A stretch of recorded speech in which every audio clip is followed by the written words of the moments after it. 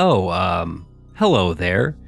The following is the first in a series of Q&As that in the future I will be releasing exclusively on Patreon.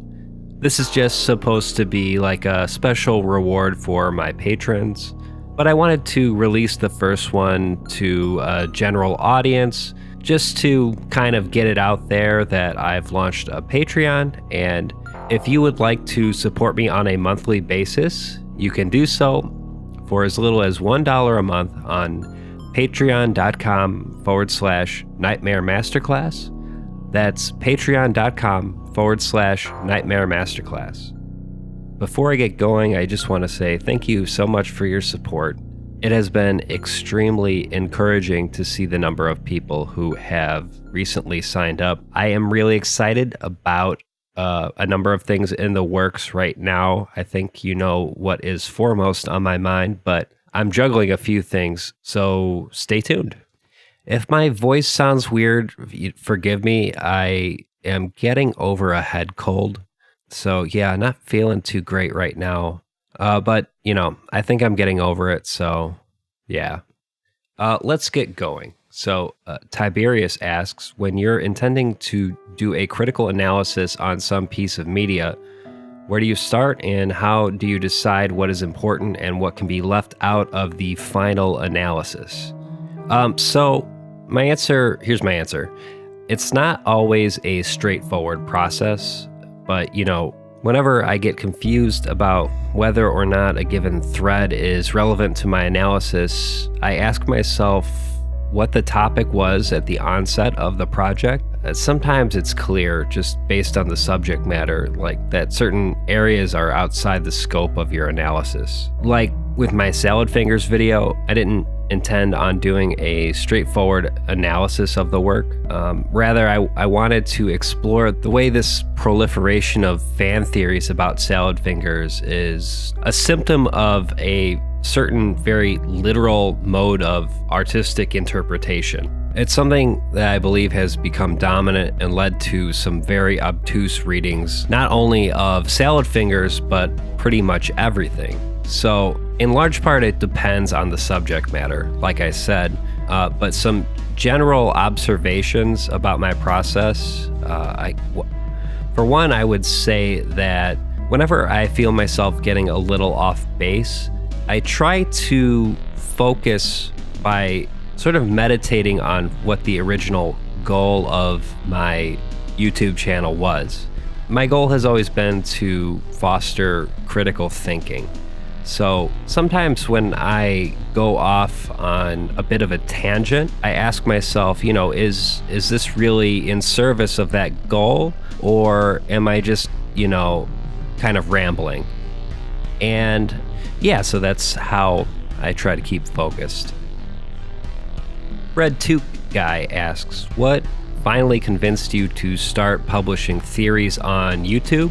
What finally convinced you to accept monetary assistance from the community? And what does your audience have to look forward to from you in the future? So I think I had in my mind that I would like to do long-form YouTube content. That was something that I was thinking about for a while, probably because I saw channels like Red Letter Media. So I knew that long videos were viable if they were done a certain way. Obviously, not that I would compare my content to theirs. It was just kind of proof that longer videos could have an audience, and I could maybe have this creative outlet. And then I saw This House Has People in It, and I went down that rabbit hole, and at a certain point, I had a bunch of notes that I was planning on posting to the subreddit, This House Has People in It subreddit, Surveillance Solutions. And I figured, why not just make a video about it? And I enjoyed the process, so I kept on doing it.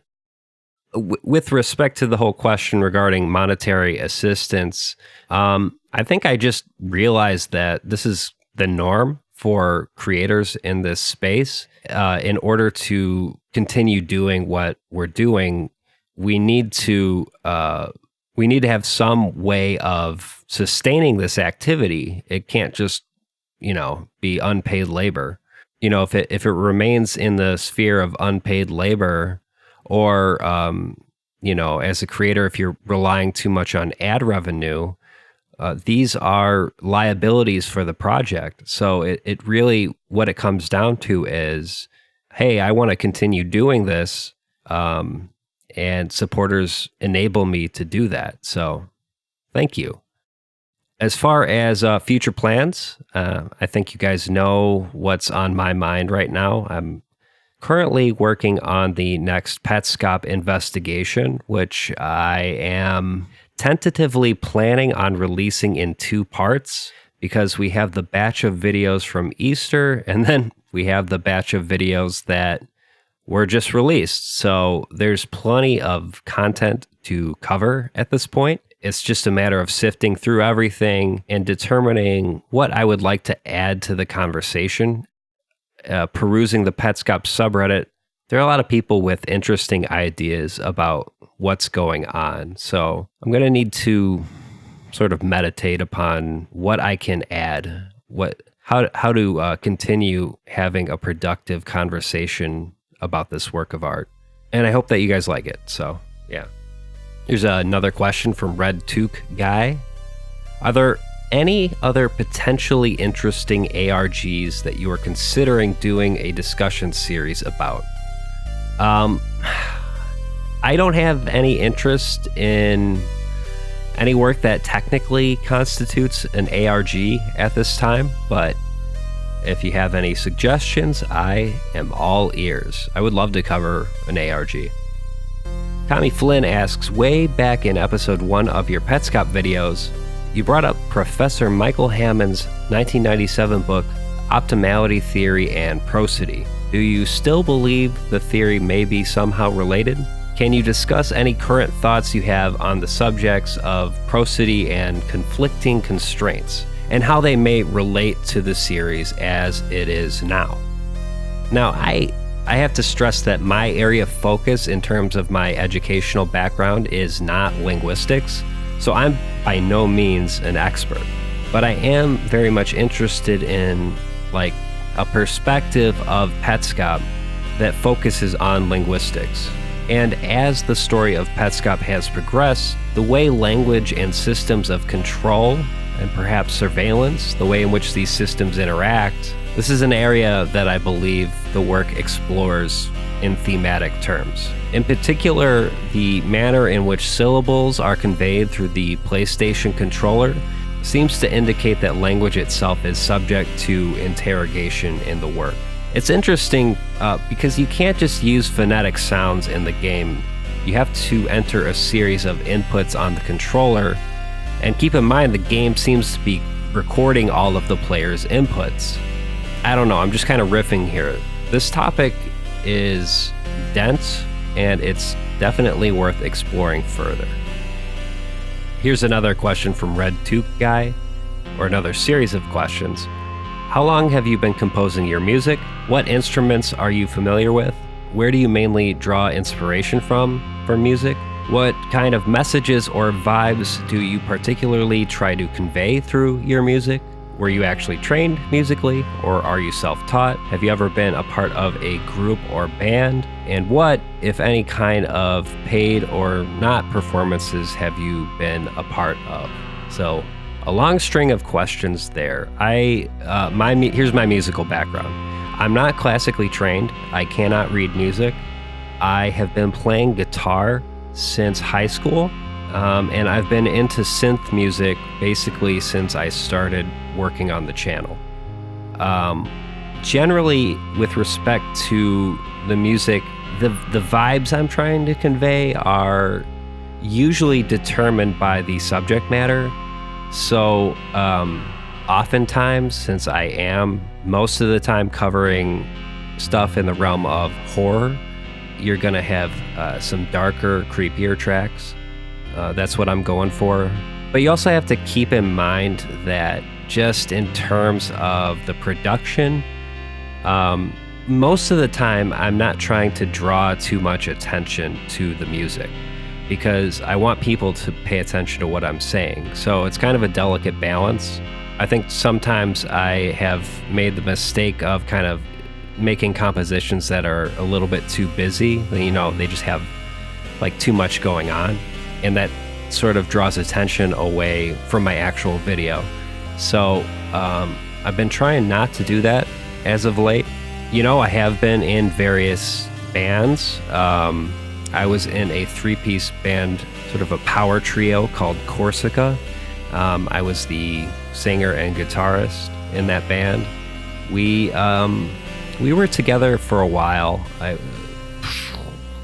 guess about a year. I'm not exactly sure. We played a few live shows, and so that was fun. And then my drummer and bassist both joined the Army. So yeah, we kind of disbanded. I tell you what, I will I will either attach to this video or in the Patreon, in the post, I will attach a file which is a track from back in the day. I think you guys, I hope you'll like it. This question is from Ren Dalton. Do you still think Rainer Marie Rilke is the namesake for the Rainer character? Furthermore, does Rilke's poetry or notions on poetics have some resounding connection to how Petskop handles traumatic subjects? This is a really good question, because when I initially made the connection to Rainer Marie Rilke, I made the point that Rainer is kind of an uncommon name, which is true in America, but I was told that in Germany it's a bit more common, and so you know, I still kind of maintain that because it's such an oddly specific name in an American context, that the work very well could be making a reference to Rainer Marie Rilke. And anyway, I do think it's just an interesting thematic connection to make from a critical standpoint. You know, there's an eclectic philosopher and educator by the name of Gregory Sadler, who has a really thorough lecture about Rilke. So I'll link to that in the Patreon post. If Rilke is an interest of yours, I would highly recommend watching that, because he does a really good job of unpacking the philosophical themes of Rilke's work. With respect to the connection or like the thematic reference to Rilke and the potential of his poetry or his ideas being somehow connected to Petskop and how it handles trauma, I don't really think there's much I could say that I haven't already laid out in the video series, but it is perhaps an idea I should explore a bit further, and maybe I'll do that in my upcoming investigation videos. Alrighty, well, that wraps it up for this Q&A. Anyway, thank you for watching. I will be posting a prompt for my next Q&A in October pretty soon. And, you know, I just kind of figure I'd make these loose and kind of informal. I might even do a live stream in the future with you guys. So, you know, keep your ear to the ground. Thanks for watching. Have a good one.